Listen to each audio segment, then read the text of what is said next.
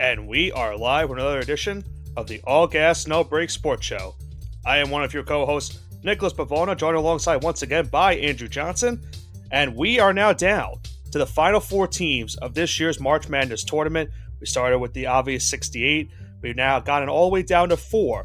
As of our last recording, we were at 16 teams. That got trimmed down to 8 as of this past weekend, and after this past weekend, we are now down to the final 4 teams in this year's March Madness tournament. And maybe some teams that, maybe 2 teams in particular that we kind of maybe expected to get to this point in the season. But for the other 2 teams that are in the Final Four, it has certainly been a wild ride for them to get here, especially for one team in particular, Johnson. And now we get to the stage where, as of this upcoming Saturday, we will find out who will be playing in next Monday night's national championship game. Exciting times here. We're down to just 4 teams, had 16 last week. And let's get into it. Let's start with that Connecticut game. Right, Whew. the best of the Mountain West versus the best of the Big East, and National championship game rematch. And I would say it's similar in score, but I'd be disservice to UConn because I absolutely trounced San Diego State. Wasn't even close. It was Close first half. Kinda. I mean, if you want to call a 10-point lead at the half, or roughly a 10-point lead, I would say a close game. I would say it's relatively somewhat close, considering what the final score of the game was. I would say it's. I mean, they expected UConn to win by about 11 half, 12 points. Right. So they almost covered in the first half. That's horrific. But Mountain West is not a one and done conference, but they got one team to the Sweet 16, and the only reason why San Diego State got that far is because of the people they played. They played Yale because, to be honest with you, if Yale didn't have that upset, they would have been out in the round of 32. We could be looking at a completely different landscape Could here. be Auburn versus UConn, yeah. I think we were going to have UAB versus Auburn in the second bracket. We ended up getting the opposite teams, but if you had the basketball bounce a couple different ways, that's what we could have seen in the round of 32. But San Diego State, Mountain West, disastrous, beyond disastrous NCAA tournament. 6 teams in there, only one's really relevant for a couple of weeks. I mean, I guess you count them as a second weekend tournament team. Are they technically a second weekend team because they didn't really get there as Thursday? Well, I mean they got to the national championship game last year, obviously, and then obviously this time around wasn't particularly close to what it was last season's national title game, which remember San Diego State was leading at that one point going into the half, if I'm not mistaken. And obviously the second half happened for them. But we both know UConn's just a really good team on paper. It's really going to be tough. It's been tough Anyone for any who team had watched to beat them. Northeast basketball, whether you were an ACC fan, which I guess that's kind of Mid-South, it's kind of Virginia, North Carolina, and I guess some teams in the Northeast now because you have Boston College, you have Syracuse, you got teams over there as well in the Northeast. But if you watched Big East basketball all year, you knew this team wasn't on another level. Right, they only had a couple losses. They lost to a fully loaded Kansas team, and this is what I've hated about the arguments. Right, whenever someone wants to discredit a team, they're like, "Oh, well, you lost to some team like November 15th." I'm like, dude, it's like the 4th game. It could be the 4th game of the season. It's not even the first month of the season. You can't really properly judge these teams till they go into conference play. A lot of them, because once UConn got into conference play, like that was pretty much it. They had one loss against Seton Hall because Donovan Clingan goes down before the half. I think Donovan Clingan only played 15 minutes that game. He still had an impressive performance, but he really didn't play the full game. And then they lost on the road against Creighton, which Omaha's a nightmare to play in. Every other game they played was complete domination. They beat Marquette, a team that made the Sweet 16. They beat them by 30 points. 30 points too. It's complete and utter domination. Any team they've played, whether in the Sweet 16, and spoiler alert, they're going to do it again in the Elite 8, and it's going to be even more demanding fashion. But congrats for a great season for UConn, no matter what happens from here on out. They made the Big East proud, and but they're expected to win the whole ball of wax, so we'll see. We'll have to see, definitely, that's the case. But that's not the similar case for one of their other 1 seeds. How about North Carolina losing to 4-seed Alabama after it looked like Alabama was going to be in for a rough time in this game? They were down 8 points going into the half. They were struggling defensively as they have been all season. They gave up 54 first half points, but their defense got some lucky breaks in the second half, as well as getting some big time performance offensively in the second half. And they come back from down 8 and they beat North Carolina by 2 points to advance to the Elite 8. And then we'll recap what they did in their Elite 8 matchup. But how about the Tide Giants again? That pretty much I would say a pretty big upset over the North Carolina Tar Heels. Big upset, but we always knew that offense was there for Alabama. If it's going to be a shootout, Alabama's going to be the winning team. We said this in the beginning of the year. Alabama could either make it to the Final Four or they could lose in the round of 64. And this team just got hot at the right time. 42% from behind the arc. Uh, Strong rebounding numbers. Didn't really turn the ball over much. Dominant game inside the paint. They played a perfect game. And you know what? You have to, if you're North Carolina, you have to kind of just tip your hat. You have an Elite Eight appearance. I know it's a big rebound from last year when they kind of disgraced the Carolina name after being, I think, preseason number one, not making the NCAA tournament. I don't know how many times that's happened in history, but certainly happened last year. But you got to feel for Armando Bacot here. Yeah. This is it. He spends 5 years as a Tar Heel. No national championships, if I'm not He mistaken. did get to a national championship game, obviously, against Kansas, and they were winning at halftime in that game. And then Kansas obviously had that bit second half, but no, did not win a national championship. He still had a hell of a career there. I don't know if he's an NBA draft material. I know the NBA is starting to go actually back to the traditional big man. We look at like guys like Mitchell Robinson and Isaiah Hartenstein. Uh, Even guys that are coming off the bench now, like Trace Jackson Davis for Golden State. They want that backup big that could play defense, that could hustle, that can rebound. Um, so he has a chance getting drafted, but at the end of the day, if he does not get drafted, he's made multiple All American teams, multiple All ACC teams. I don't think he ever won ACC Player of the Year, but Don't think so either. he had a hell of a career at UNC. Multiple Sweet 16s, Elite Eights, Final Fours, National Championships games. That's what you really hope for.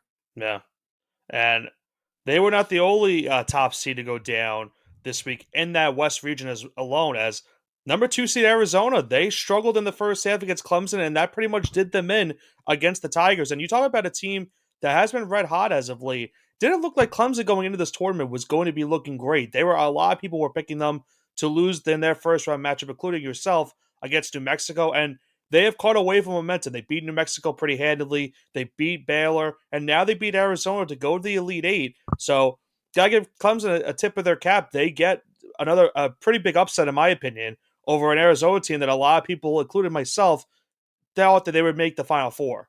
It's the Pac-12, Nick. You can't trust the Pac-12 in basketball. I No didn't matter how want to, far but we thought they looked in the first week of this tournament, when the round of 32 came around, they all went bye-bye. When the round of 16 came Right. here, there's one team left, and now there's none in the Elite Eight. I didn't want to trust them, but I didn't. For some stupid reason, I trusted them more than North Carolina. And to my credit, North Carolina also lost. So I figured, oh, okay, I feel a little bit vindicated that North Carolina is now lost, but didn't matter because Arizona lost to Clemson by 5 points, final that game 77-72. So that set up our first Elite Eight matchup between Alabama and Clemson, which we'll recap in just a little bit. But the final game in the East region as well, we had Illinois taking on Iowa State. A very big first half for Illinois. They had a 10-point lead going into the half. Iowa State did climb their way back into this game and made this one very interesting. But Terrence Shannon Jr., who's a top NBA prospect for the NBA draft this year, had himself a game, 29 points, holding on for the Illini. They beat Iowa State 72-69. And that would set up our second Elite Eight matchup with them taking on UConn, which we'll also recap in just a little bit. Oh, man. How about the Big 12, right? Yeah. Big bad. They said it's the big bad Big 12, but they're bad, all right. I don't know how big they are, but they're certainly bad. We still got one more game to recap for the Big 12. Now, we'll just recap that in just a little bit. But, yeah, it's been a rough going for the Big 12 in this tournament. That's for sure. So, that would be our... Go ahead.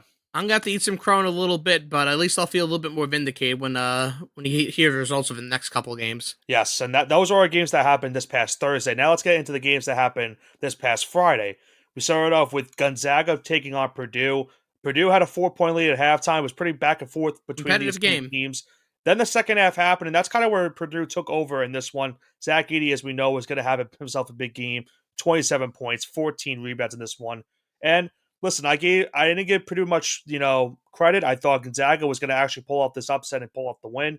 But Purdue was just too strong for them, and the Boilermakers would go on to the Elite Eight with an 80-68 win over Gonzaga. So they would be in the Elite Eight. We'll mention who they will play in just a little bit, but gotta give the tip to the tip of the cap to the Boilermakers of what they've done after a horrific loss last season. They have been really riding that wave of momentum ever since they lost in the Big Ten title tournament.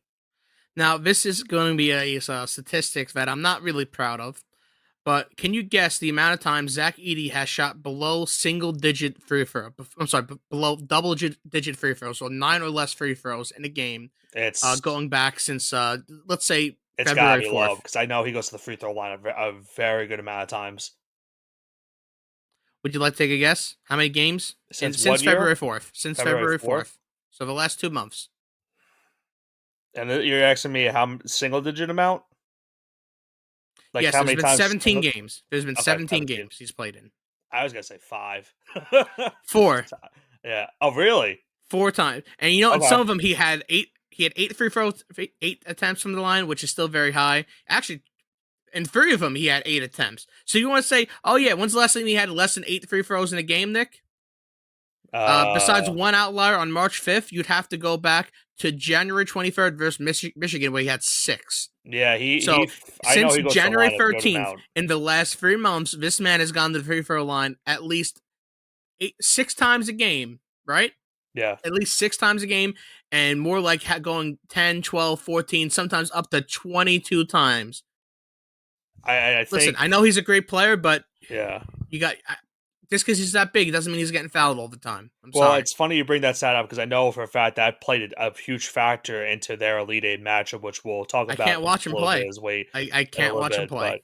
And it's nothing against him. It's the way the refs call the game. yeah, it's tough. I mean, there's certainly been a wave of momentum when it comes to the fans noticing this trend with Purdue, because obviously people are trying to see if this is a replication of what Virginia had a couple years ago when they lost to a 16 seed and then obviously had a 1 seed again the next year. They would go on to win the national title. People are thinking that's going to happen again this year with Purdue, and this was probably the closest test they've had. Obviously, they weren't going to lose to Utah State. They won their first round matchup as well easily. But it looked like for a point in time, this game against Gonzaga was going to be that moment where maybe they lose. But they had a huge second half, and Gonzaga really just couldn't keep up with them. But foul trouble also definitely played a factor into this game, and it definitely played a factor into their Elite Eight matchup as well for Purdue, which, as I mentioned, we'll get into a little bit. But you spoke about the Pac-12 earlier, the Big 12 earlier, and how they've had their struggles in this tournament. They struggled again in this one. A very low scoring affair between Duke and Houston. You kind of expected that, in my opinion. I know maybe you expected a lot of high flying offense, considering Houston's one of the top scoring teams in the country. Playing a But fake league. yeah, go ahead. Yeah, they're playing a fake league. Houston shot 8 3-pointers the entire game. I'm sorry. Yeah, In the modern game of basketball, that's not going to work. If this was 1995, it would work. well, I think the other problem for Houston, obviously, they lost Jabal Sheed in this game, who one of their best players, and that really obviously hurt them in this game against Duke. They had both teams really struggle in the first half scoring wise. It was 23-22 Duke going into the half, but second half is where Duke would kind of take over. They held on by 3 points to win 54-51, but not having Sheed in that game obviously hurt the Cougars at the end of the day. They bowed their way, but again, remember, they had some close scares already in this tournament. Obviously, that Texas A&M game comes to mind, but Duke was able to persevere and hold on to win this game, even though they didn't look great in the win. And they would move on to the Elite Eight, and we'll recap who they had to play in the Elite Eight. But I know it's a team that we didn't really expect to make the Elite Eight when this tournament started, Johnson. Oh boy, are we going to talk about NC State now? Yeah, I think we have to. They played Marquette. I shouldn't say your Marquette Golden Eagles, but a team that you expected to make the Final Four in Marquette, and Marquette just really fell flat in the first half of this game against NC State. They scored 24 points. It looked like they were just pretty much out of sync in this one. And the Wolfpack, to think of where they started, remember they were 7-14 going into the ACC tournament. They had to, obviously, as we mentioned a couple times already, had to win 5 games in 5 days to win the ACC title. Then they had to get through the tournament itself. They won their first round matchup against Texas Tech. Then they would win their second round matchup against Oakland. And now they win the Sweet 16 matchup against Marquette, setting up another ACC title rematch with Duke in the Elite Eight. Yeah, the craziest thing about this game, anyone who watched this game, isn't this going to be like a stats sheet watcher? Marquette could not shoot the ball this game. No. If one of the best 3-point shooting games in the in the Big East and in the NCAA tournament, they couldn't shoot the ball. They shot, I think, under 15%. They only made a handful of threes. If they would have shot even 30%, Ooh. they would have won this game by 10 points. I know you don't really care for this kid, but there is breaking news for college basketball. Bronny James is going Is to he enter the transferred? transfer portal. Yep. Yeah, I'm not I surprised. saw this yesterday, but it was April Fool's, obviously. So I thought maybe that was a joke, but it's official today. He's going to Well, enter the transfer his head portal. coach did get fired, so That's that makes sense. that's He could be true. fired. Listen, there's rumors that he's going to go to SMU. Did you hear the rumor though? Of who USC is looking at though for their head coach?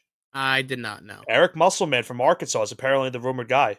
That's a good That hire. would I be a know he very didn't good have the hire. best he didn't have the best season this past season, but he's made multiple Sweet 16s and Elite Eights with at Nevada and Arkansas. So he's Yeah. done it at a high major level and he's done it at mid major level. And I guess USC is kind of in between that right now. I know historically they're not too bad, but I think he'd be the right hire there. Also a West Coast guy, so this would make a lot of sense for him.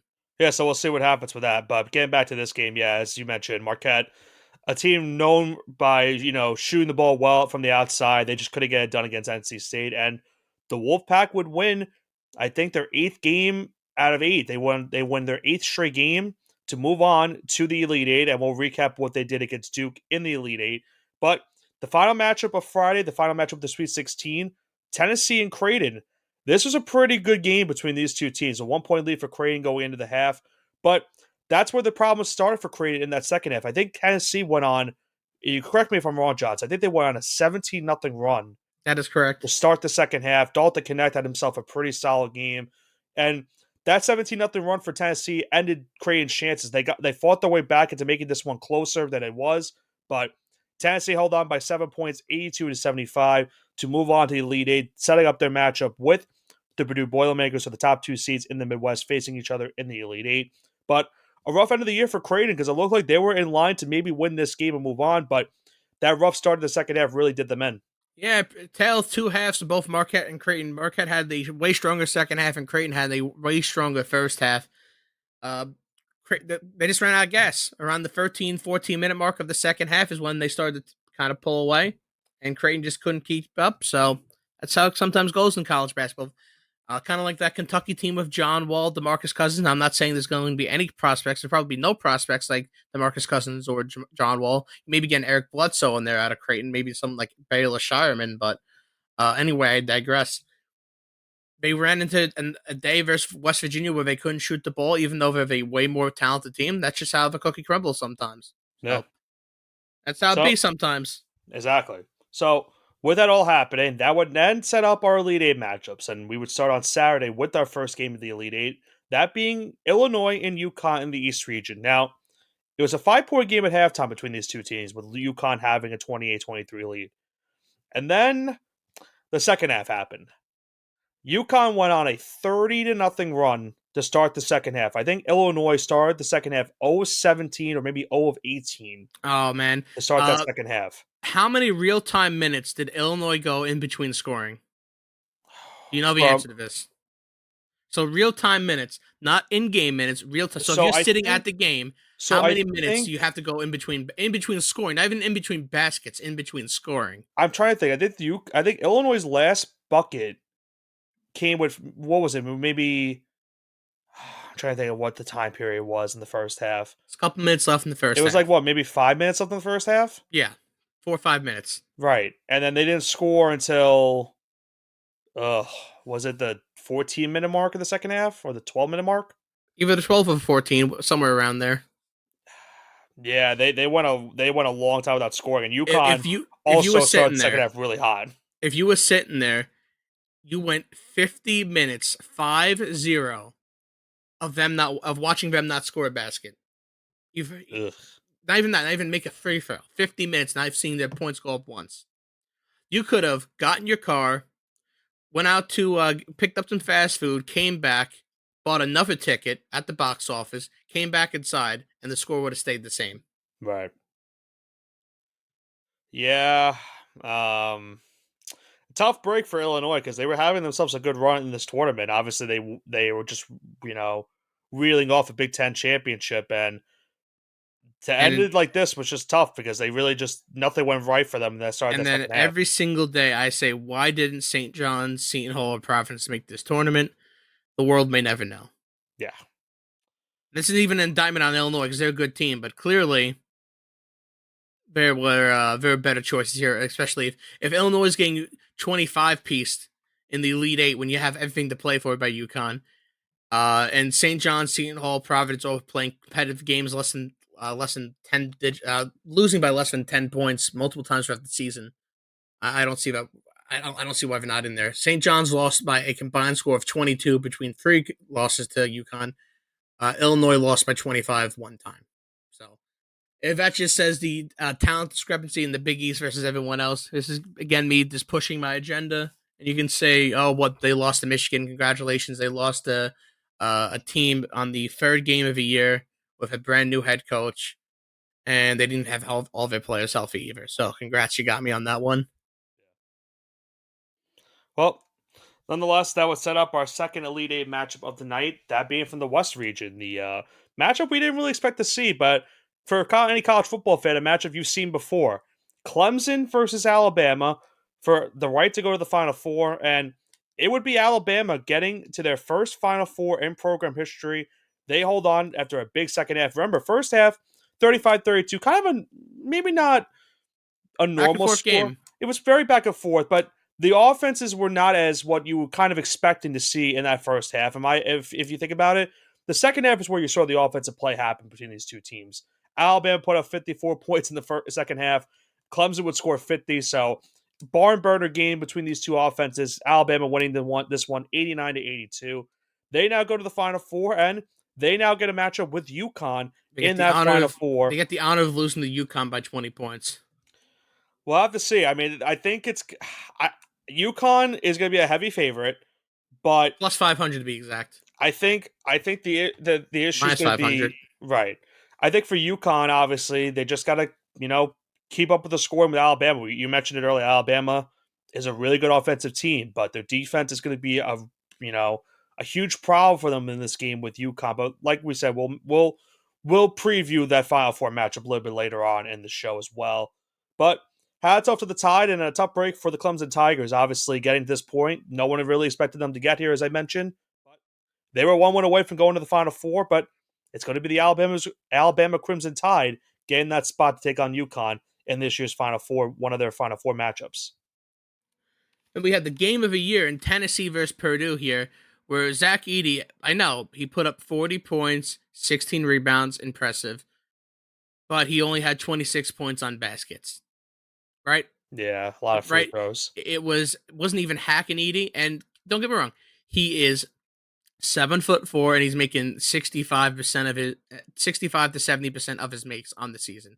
If I could have this guy on my team, I would have taken him 15 years ago. Listen, this year. I know. Maybe not in the NBA. I think he'll be more like the Boban Marjanovic role in the NBA, where he'll play spot minutes unless he could kind of make a mid-range jumper. You think he's a first-round pick, like late first round? I would take a late first-round flyer if I got like the 28th or 29th pick. I know what I have in him.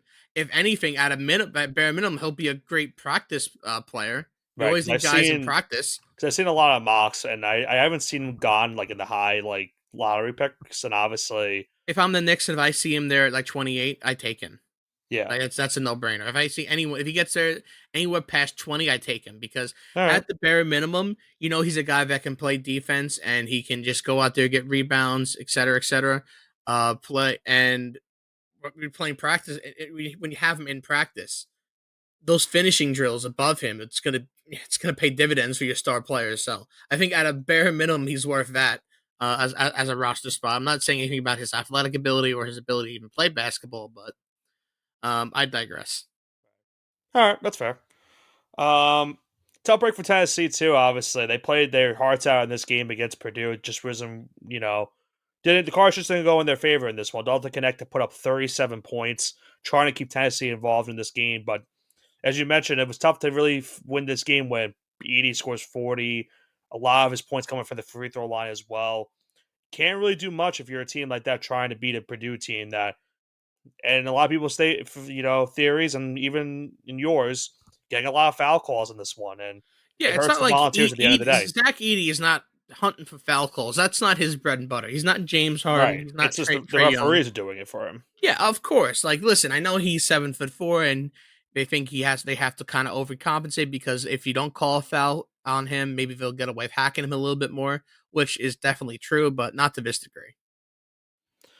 So that would set up the third team of the Final Four with Purdue's win, and then it would lead to our final matchup of the Elite Eight.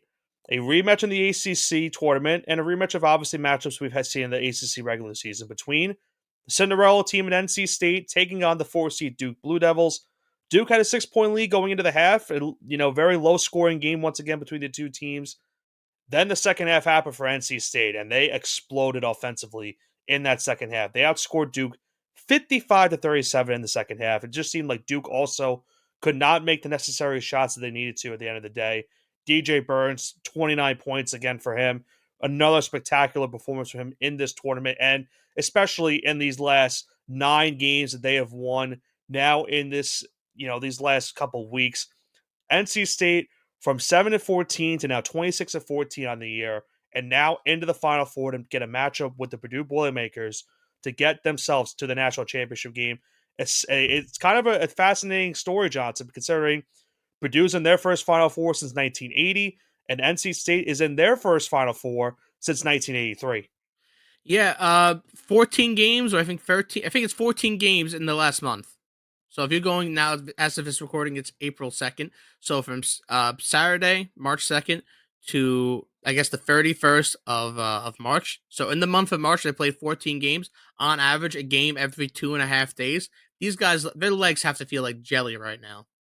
I'm surprised these guys. The second they get out of the locker room, half an hour, do your media time, put ice on their knees, and have them laid down on. They were going to make a coaching change too. Keep in mind, they were in the midst of making a coaching change if they did not go far in the ACC tournament. Well, the team kind of responded. Kevin Keats is having a great season. Yeah, he got a 2-year extension because of it. Yeah, and you listen. I realize NC State basketball is not what it used to be, right? He just made the tournament the year before. He's been there a little bit now. They're kind of fighting to stay above 500. But besides the 1980s, this has not been a destination program. Think about what happened too in the ACC tournament. They were a buzzer beater away from not even making it to this point. They needed a buzzer beater to get into overtime against Virginia. If Virginia was not a horrible team and could just put away games, we would not be having this. You're right. We would not be having. So thank you, Virginia, for playing terrible old man basketball and giving us the greatest gift you could give the world, but having the Cinderella run. And now it sets up a pivotal matchup in the Final Four. You're going to get Zach Edey versus DJ Burns at center in this Final Four matchup between these two teams. It's going to be one to talk about for certain for the next couple of weeks, obviously going into Saturday for this match between the Boilermakers and the Wolfpack. Something I'm definitely looking forward to coming into this weekend. Obviously, a very big weekend for us coming up as well, for multitude of reasons. But Saturday should be a fun day for college basketball as well, with that matchup going down between the Boilermakers and the Wolfpack. Does anyone remember? Well, let's start with. They're saying that this is going to be like Taco Fall versus Zion versus Mark Jackson. A lot of people don't know this is Mark Jackson's brother, Escalade. Really? I didn't know that. Escalade was Mark Jackson's brother. Rest in peace. Troy Jackson out of Queens. He played close to 500 pounds when he was in high school, but he slimmed down, quote unquote, to 375. So this is kind of like watching Escalade versus Taco Fall right now. It's going to be very. It's going to be very entertaining. The Zion versus Taco Fall. No. A couple years ago. Which is also a very solid game. This is a hypothetical of Taco Fall Escalade right now. That's the only thing I can think of. Okay, that's fair. But it should be a fun matchup to watch. That will be the first game we get this upcoming Saturday for the Final Four as well. So let's preview that game between these two teams as we get into the mushing hour. And Johnson, we mentioned what the mushing hour is last week for our non-college football fans that may listen to this college basketball episode. But once again, let's just give our listeners a quick definition of what the mushing hour entails. It's when losses become wins and wins become losses. When you grab defeat from the jaws of victory. It's the exact opposite of the witching hour. So, with that being said, as I mentioned, the first game of this week is going to be between 11 seed NC State, the Cinderella run of this entire tournament, versus number 1 seed Purdue. Purdue in this game is going to go into it with a 8.5-point advantage as they are the betting favorite for this game. The over-under being 145.5. And I would just like to point out, Johnson, and I mentioned to you this a couple days ago. It's kind of funny how this tournament has played out because last season, when we made our picks for the last season's NCAA tournament, my Final Four, I had Alabama and UConn. They're obviously playing each other in the Final Four as well this year, and I had Alabama win the title. But my Cinderella team last year was NC State, and they went one and done in the tournament. And now, a year later, I'm gonna take your picks for this year, and I'm gonna use them next year. So that means Mississippi State is your Cinderella team next year. I don't know about that, but we'll see. That's who I picked this year. That was who I had for the Cinderella pick. But I had my national championship winner being Alabama last year. This year I have UConn, but that's a little bit ahead of ourselves. But getting back to this game, we have NC State versus Purdue. I'm sorry. Yes, no, I was right. Look at the other game. NC State versus Purdue. Boilermakers 8.5-point favorite, as I mentioned, in a 145.5 over under. Johnson, who do you have winning this game, or what do you have for this game? Purdue's going to win, but NC State's going to keep it close. Give me 8.5 points. That's way too many. Okay. Yeah, you're going to get a week's rest. They're going to get a week's rest, too? I don't know about that. This is going to be the longest rest they've had in a couple of weeks. This is the longest rest they've had probably in over a month. Or two. Yeah. Yeah, like, listen, you got to give these guys their legs for a little bit. I don't know about that. But see, I think that I feel like that could harm them. Because I feel like you're running on that adrenaline for these last couple of weeks, and once you catch a team on that adrenaline for these last couple of games, that helps you a lot. Look at what, as I mentioned, NC State had to win 5 in 5 days. Then they had to win their next 4, and 2 of them had to be back-to-back days. The other 2 had to be at back-to-back days. They've been running on all this momentum since then. But now going from when did they play? Last Thursday or Friday? To now playing a full week later, I feel like that can harm them in this game against a Purdue team that, as we mentioned, has been getting the favorable amount of foul calls the last couple of weeks, and that could maybe play a factor. I have a bad feeling that's going to lead to DJ Birds potentially getting fouled out of this game, which I think is obviously going to hurt NC State at the end of the day. I hate to do it, and I hope I'm wrong about this pick, but I'm going to take Purdue minus 8.5 to win this game. I don't want to see it. I would rather have NC State in the national championship game because of the aura and the story that the Wolfpack have had this year. But I just feel like the referees are going to take this game out of everyone's hands. All right. With that being said, we are going to have the next game, UConn versus Alabama. The UConn Huskies are 11.5-point favorites. 160.5 is the slated over-under. I'll go first. UConn by 11.5. Game's not going to be close, and I'll turn this game off probably 15 minutes in between WrestleMania. Well, that Saturday we'll be at WrestleMania. Keep in mind that time slot for that second game. I'll watch it during the bathroom break, and the game will be over probably before one of the matches starts. Hopefully, there is not a match that is going on that's good enough to not make us want to miss this game. But then again, we should have a fun week at WrestleMania this coming weekend. But that'll be more that we'll talk about later on this week in the show when it comes to WrestleMania itself. But for me, I think it's been a constant, for this tournament. Obviously, UConn is a dominant team, and I have them win the national championship. They just look dominant. They look better than the team that won the national title last year. But another constant has been Alabama's inability to play defense. I feel like any game you put the Tide in, the over pretty much always hits in their games. And you're facing UConn, who's going to score a lot of points, as we know as well. I'm going to take the over for this game. And honestly, I'll ride the back with you. I'll go UConn 11.5 as well. I'll go double pick on this. I do want to point out that Roll Tide Willie has the only perfect bracket left in America. He has picked Alabama to win every game, and the only other game he picked was Yale to beat Auburn. There has to be some losses, though, no? No, those are the only games he picked. Oh, I see. He picked Alabama to win every game and UConn to lose, and he picked Auburn to use the Yale. So it was pretty funny. Okay. All right. Only perfect bracket left in America. I was like, there's no way there's still a perfect bracket. It's Ridley's bracket. That only has like 7 games filled out. Yeah, I was going to say, there's no shot. But okay, that's fair. That's fair. So maybe he has a good week this week. Maybe Alabama pulls off what would probably the biggest upset, I think, of the whole year. I know that's crazy to say considering what we've had in this tournament, But I think everyone is expecting UConn to just win this game There was a very headline dominantly. in 1985. It was when it was Villanova versus Georgetown, and the headline literally read, "Villanova versus God." This is what it Bama looks like versus right now. God. Bama versus God right now. So we'll see what happens. So I'm going to go with UConn as well. I think we're both under the sentiment that it's going to be UConn versus Purdue this year for this year's national championship game. Now, we will not be live for the national championship game. We will recap the national title as well as the Final Four next week when we record our episode for the All Gas No Break Sports Show. So let's give a little national championship game preview between Purdue and UConn. Obviously, we won't know any set lines for this game. If I had to guess, maybe UConn 4.5-point favorite. I'll go with that. I would say UConn 3.5, 4.5. I would agree with that. I would go with a 4.5-point favorite. Maybe the over under around 175. 175. You think?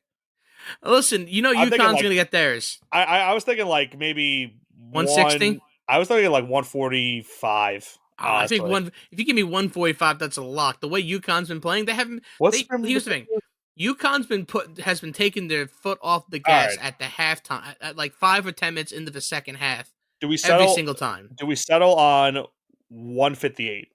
Let's say 155. Make it nice. 155. All right, 150. Let's give it implying like a 79-77 victory. That's what it's implying. So we got it. Let's just give it a take. 3.5-point favorite for UConn. 4.5-point favorite over under 155.5 or whatever for that game. Who do you have winning the national championship game between those two teams, between Purdue and UConn? If that is the said national championship game, Purdue over UConn because the fix is in. Really? Purdue over UConn because Purdue seems like it's a team of destiny, isn't it? I said earlier, keep in mind, it seems as if they're trying to write that narrative of what happened with Virginia a couple years ago. Matt Painter finally gets his storybook ending. He doesn't have to be like Tony Bennett anymore. I don't know. That's the team of destiny.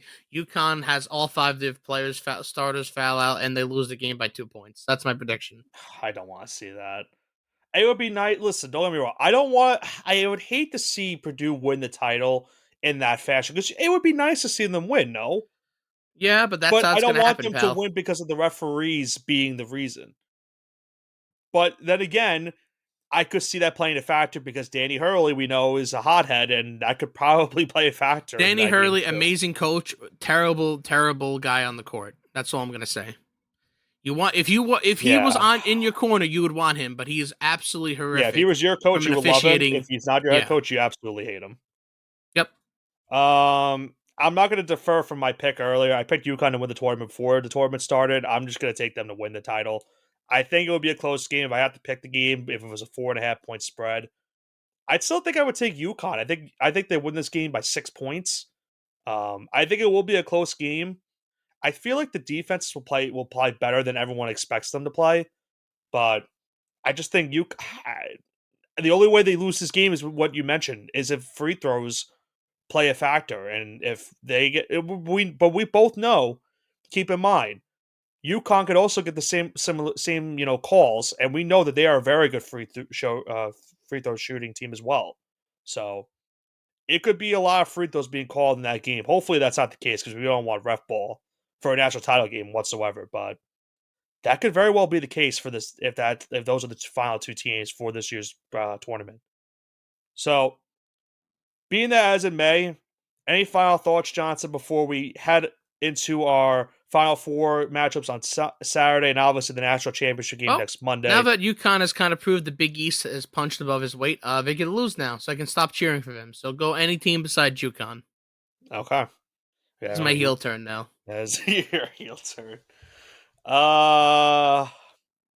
My bracket's been shot since day one, so I really don't care who wins it at this point. I honestly am at the point where I want NC State to just win it. I would, go NC State. I just want them to win at this rate because it's just so fun. It would be fun. It would be hilarious if they've gone from a team that was gonna fire their head coach, was a buzzer beater away from losing, and they've had all this success since then, to now make it to the Final Four, maybe even shock the world they beat Purdue, and then who knows if they play UConn or Alabama. Most likely it would be UConn. But imagine they beat UConn as well. It's just that'd be something. That's just college basketball for you. It's just one of the best times of the year in March, where all this crazy stuff happens, and now we get to this point where anything, as Kevin Garnett said, anything's really possible. But we'll have to see how it all plays out this upcoming weekend and obviously next Monday with the national title game. But Johnson, as we both know, this will not be the only time we record this week, as tomorrow we will be previewing WrestleMania that's happening this Saturday and Sunday. We will be in attendance for WrestleMania this year in Philadelphia. Should be a fun time as well. We'll try to also take a look at what's going on in college basketball on Saturday night with these two Final Four games as well. But it's going to be a very hectic week for us this week, and it's certainly going to be a fun time. So I'm very looking much forward to it. I know you are as well. We'll see how it all goes. Any last remarks before we wrap up tonight's show? It's gonna be funny when Cody loses for a second time. It's gonna be even funnier than the first time. Well, save that for tomorrow when we record our episode, because I know you have a lot to say about that. So, for us here at the All Gas Outbreak Sports Show, that is going to do it for tonight's edition of the show. As we mentioned, the Sweet 16 done, the Elite 8 is done. We are now down to the final 4 teams in this year's NCAA bracket. As of Saturday, we will be down to the final 2 teams. And as of next week's recording here on the All Gas Outbreak Sports Show, we will have a national champion. Who will be that national champion? That is to be determined, but we will recap you on the Final 4 and the national championship game itself next week here on the show. This has been Nicholas Pavona, joined alongside by Andrew Johnson with the All Gas Outbreak Sports Show. Have a great rest of your night, and we'll see you tomorrow with our WrestleMania preview.